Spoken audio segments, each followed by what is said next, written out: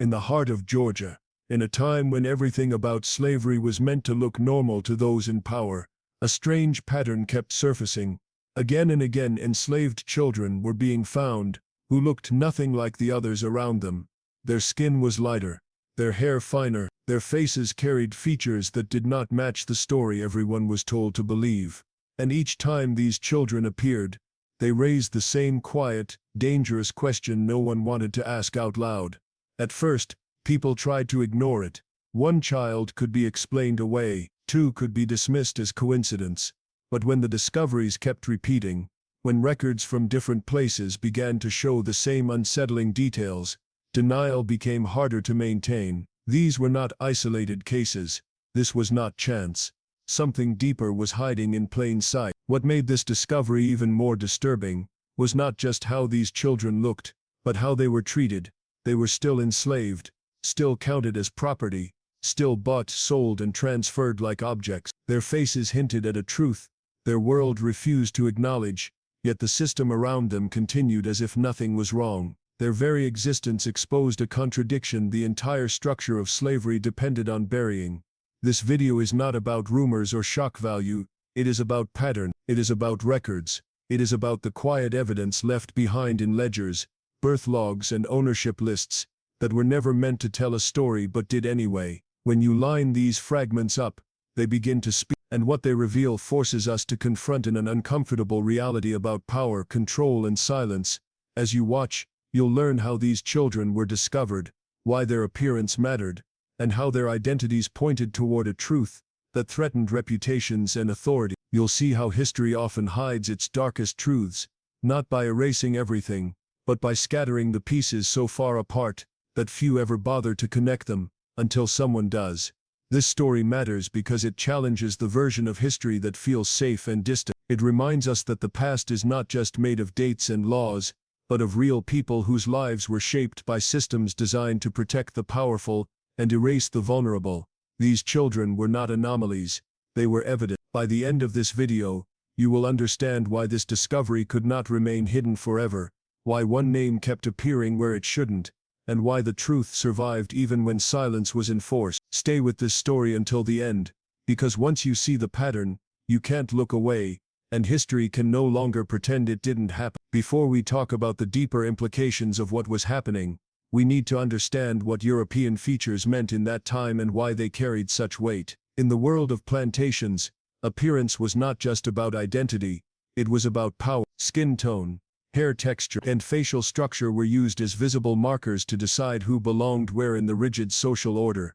Anything that disrupted that order immediately drew attention, even if no one wanted to openly acknowledge. Before we talk about how these children were treated, it's important to understand why pale skin and light eyes stood out so sharply on plantations. Most enslaved people were of African descent, and generations of forced labor had created a visual expectation in the minds of enslavers. Darker skin became associated with bondage, while lighter skin was linked, unfairly and dangerously, with freedom and authority. When a child appeared with features that mirrored those of European men, it quietly challenged the visual rules that slavery depended on. Before we talk about denial and silence, we must recognize how unsettling this was for everyone who noticed. A child with light eyes working in the fields disrupted the illusion that the system was distant and impersonal. It suggested intimacy where violence was supposed to be invisible. These faces made it harder to separate the role of the enslaver from the consequences of his actions. The lines between owner and offspring blurred in ways that made people deeply uncomfortable. Before we talk about official records,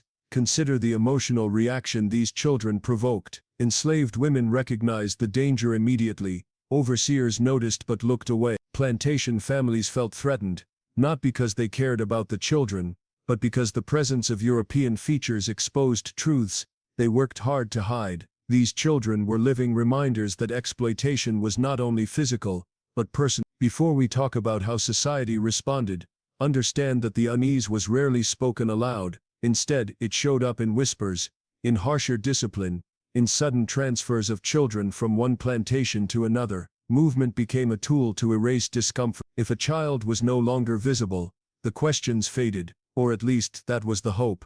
Before we talk about what history recorded, we must sit with the reality that these features carried danger for the children themselves. Looking different made them noticeable, and being noticeable in a system built on control was never safe. Their appearance could lead to isolation, punishment, or being sold away without warning. The very traits that hinted at truth also made their lives more fragile. Before we talk about the larger pattern, remember that pale skin and light eyes were not just physical traits, they were symbols that contradicted the story slavery told about itself. They suggested that the system was not clean or distant, but deeply entangled with the bodies and lives of the people it claimed to own, and that contradiction is what made everyone uneasy, even when no one dared to say why. Before we talk about what the evidence eventually revealed, we need to look at how those in power responded when the pattern first became impossible to ignore. Officials and plantation owners did not rush to investigate. Instead, they leaned into dismissal. The easiest response was to pretend nothing unusual was happening. A strange child here or there could be brushed aside,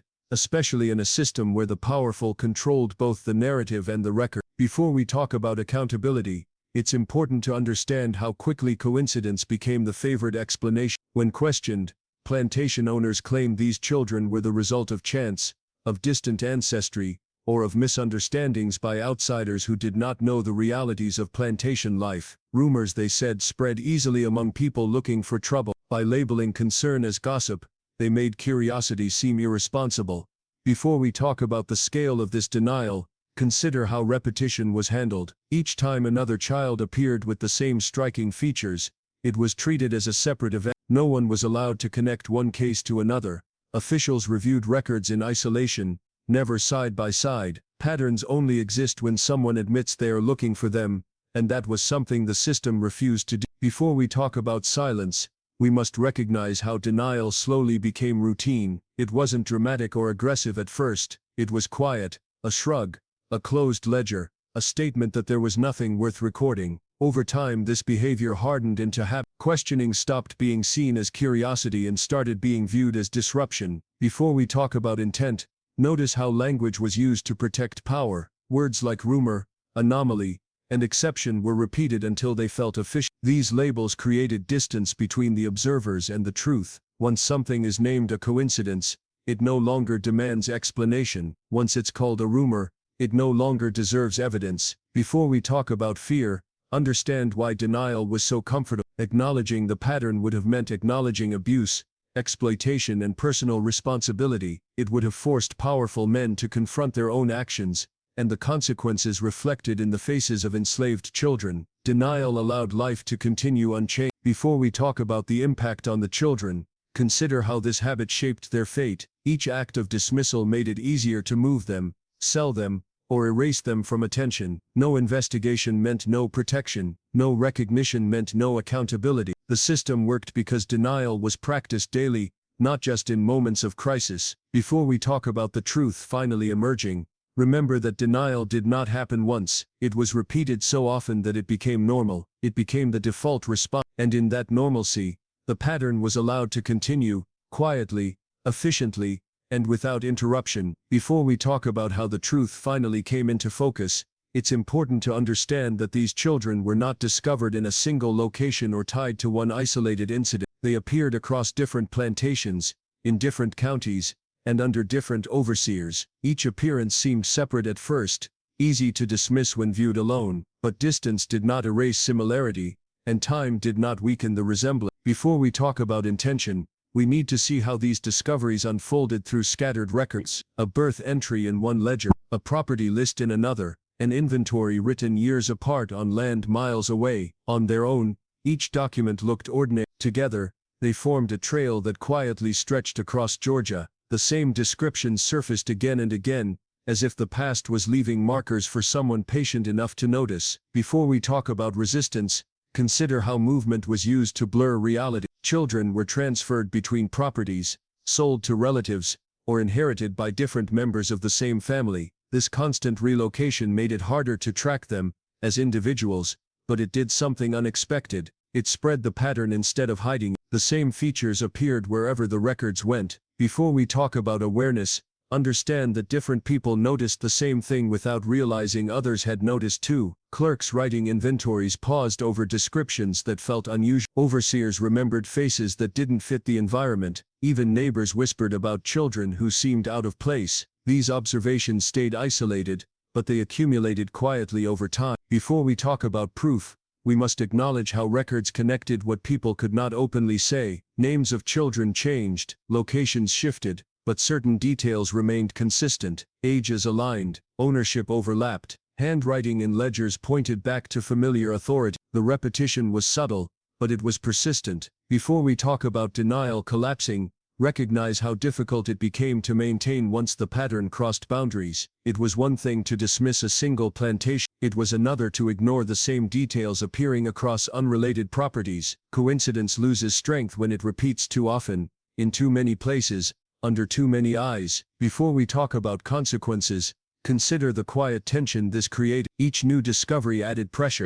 Even if no one spoke openly, the system depended on isolation, on keeping stories separate. But these children, by appearing again and again in different spaces, challenged that isolation. They linked properties, families, and records into a single, uncomfortable thread. Before we talk about what this led to, understand that patterns do not announce themselves loudly, they emerge slowly, through repetition. And by the time people realized how widespread this was, ignoring it no longer felt like ignorance, it felt like a choice. Before we talk about spoken testimony or personal accounts, we need to turn our attention to the documents that were never meant to confess anything at all. Ledgers, birth logs, and property lists were created for control, not truth. They existed to track ownership, labor, and value. Yet within their neat columns and careful handwriting, something unexpected began to surface. These quiet pages started revealing more than their authors intended. Before we talk about intention, it's important to understand how these records were kept. Births were logged not as moments of life, but as additions to inventory. Names were often brief, dates were precise, locations were noted without emotion. This cold consistency is what made the patterns visible. When entries are recorded the same way every time, repetition becomes impossible to hide. Before we talk about recognition, consider how certain names began to appear again and again. Sometimes it was the child's name, sometimes it was the name of the mother, other times, it was the same owner listed beside multiple births across different years. At first, these repetitions seemed ordinary. Large plantations produced many records, but when the same combinations kept returning, curiosity turned into concern. Before we talk about time, notice how dates lined up in unsettling ways. Births occurred at regular intervals, transfers followed familiar timelines, children moved between properties, just as they reached certain ages. These were not random movements. The calendar itself started to show structure, suggesting decisions made long before ink touched the page. Before we talk about connection, understand how these documents spoke to each other across distance. A birth log in one county matched a property list in another. A child recorded as born in one place appeared years later under a different heading, still tied to the same authority. The paper trail did not shout, it whispered, but it was consistent. Before we talk about awareness, recognize that no single document told the whole story. That is what made them so powerful. Each record offered only a fragment, but when fragments are placed side by side, patterns emerge. The same handwriting, the same phrasing, the same names appearing where coincidence should have ended. Before we talk about resistance, consider how these records survived when memories did not. People could be silenced, stories could be denied, but ink once dry endured. Even when pages were lost or damaged, enough remained to trace what happened. The system trusted these documents to manage property, never imagining they would one day expose it. Before we talk about what this means, sit with the reality that these papers were never emotional, never dramatic, and yet, together, they told a story of repetition, control, and connection. A story written without words like guilt or confession, but no less revealing because of it. Before we talk about certainty, we need to understand how researchers first sensed that something was not adding up. As they moved carefully through surviving records, a single detail kept resurfacing. The same man's name appeared again and again attached to children in different places, at different times. At first, it seemed like coincidence. Wealthy men owned many properties, their names appeared often, but this repetition carried a different weight. Before we talk about accusation, it's important to see how ownership records worked. Every transfer, inheritance, or sale required documentation, names were written with purpose. When a child changed hands, the authority behind that change was always noted. As researchers compared these records, they began to notice that no matter where the children appeared, the chain of ownership kept circling back to the same individual. Before we talk about intent, consider how subtle the connection was. The man was not always listed as the direct owner. Sometimes he appeared as a trustee, other times as a relative receiving property. In some cases, his name surfaced in margins, approvals, or inheritance notes. These indirect links were easy to miss unless someone was actively looking for them. Before we talk about awareness, recognize how time tried to disguise the pattern. Years passed between entries, properties changed hands, children were renamed or reclassified, yet the authority behind those movements remained consistent. Like a signature written in different styles, the presence was unmistakable once seen. Before we talk about resistance,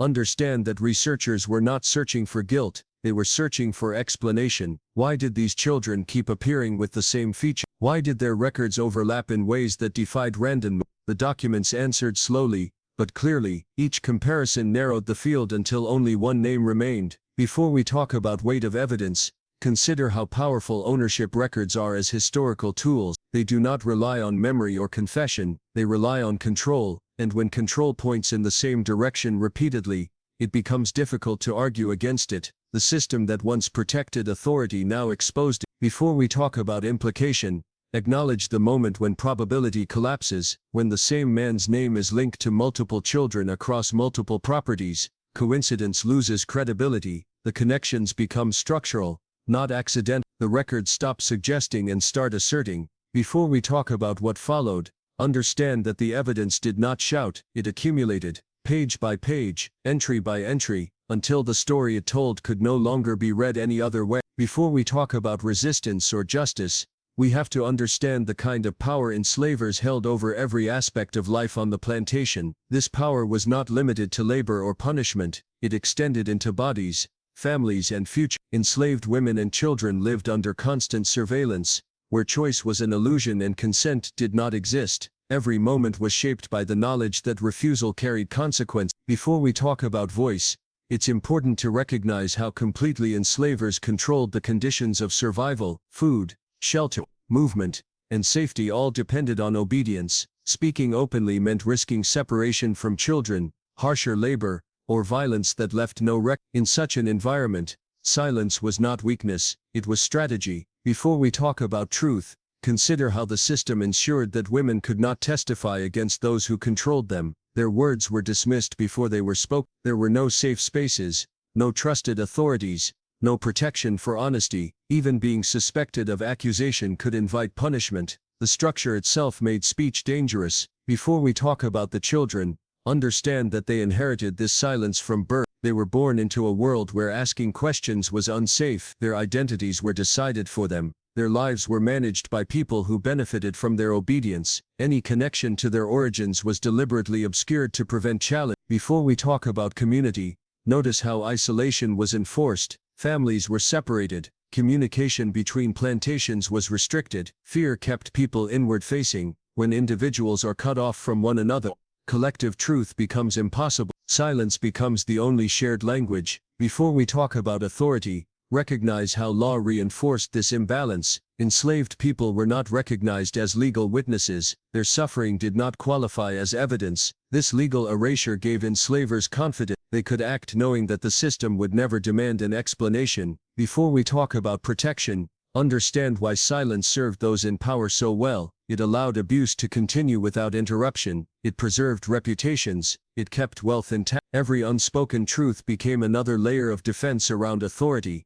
Before we talk about the records that survived, sit with the reality that silence was not accidental. It was cultivated. It was enforced. And it worked not because the truth was absent, but because speaking it was too dangerous for those who lived inside the system. Before we talk about family or identity, we need to understand how these children were defined on paper and in practice. They were not recorded as sons or daughters. They were listed as assets. In ledgers and inventories, their names appeared alongside tools, livestock and land values. Their existence was measured in numbers, not relationships. This language was not accidental. It shaped how they were treated and how others were taught to see them. Before we talk about emotion, it's important to recognize what it meant to be classified as property from birth. A child's value was calculated based on age, health and potential labor. Growth increased worth, illness reduced it. There was no space in these records for affection or responsibility beyond ownership. Blood did not alter classification. Even when resemblance was obvious,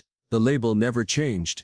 Before we talk about movement, consider how easily these children were transferred. They were sold to settle debt. They were moved to manage labor needs. They were inherited as part of estates when enslavers died. These decisions were made without regard for family bonds. Mothers had no authority to object. Children had no warning. Ownership, not connection, determined their Before we talk about contradiction, understand how inheritance exposed the truth of the system. If blood ties mattered, protection would have followed. Instead, these children were passed down like furniture, divided among heirs, or used to strengthen alliances. The same man whose features they carried could authorize their sale without hesitation. The system demanded emotional distance, and it was enforced. Before we talk about visibility, notice how this treatment helped maintain silence. Once a child was moved, questions faded. A new location meant a new context. Familiar faces were gone, records updated. The pattern continued without interruption. Disappearance was not accidental, it was functional.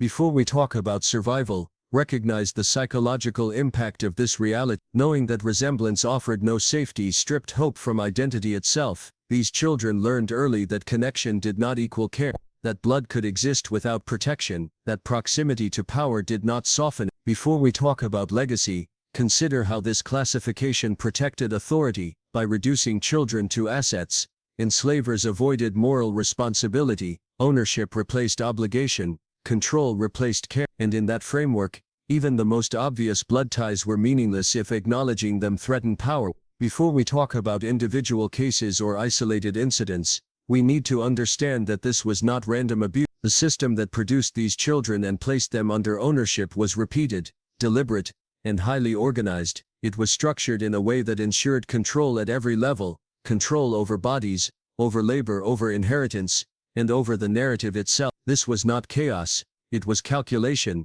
Before we talk about perception, it's important to see how methodical the system was. Every birth, every transfer, every ledger entry followed a pattern. Children were recorded, moved and sometimes hidden according to schedules that maximized labor efficiency and preserved authority. The process was replicated across properties, across counties, and even across generations. The repetition made it predictable, and, for those enforcing it, almost invisible. Before we talk about visibility, notice how carefully abuse was disguised as normal practice. The same procedures were applied repeatedly, creating the illusion of routine management, rather than systemic exploitation. Ownership lists, birth logs, and transfer documents all followed the same structure. The predictability of the system made it easier for those in power to deny wrongdoing because they could point to uniformity as justification. Before we talk about profit, understand how this organization served economic goals. Every child with European features represented both labor potential,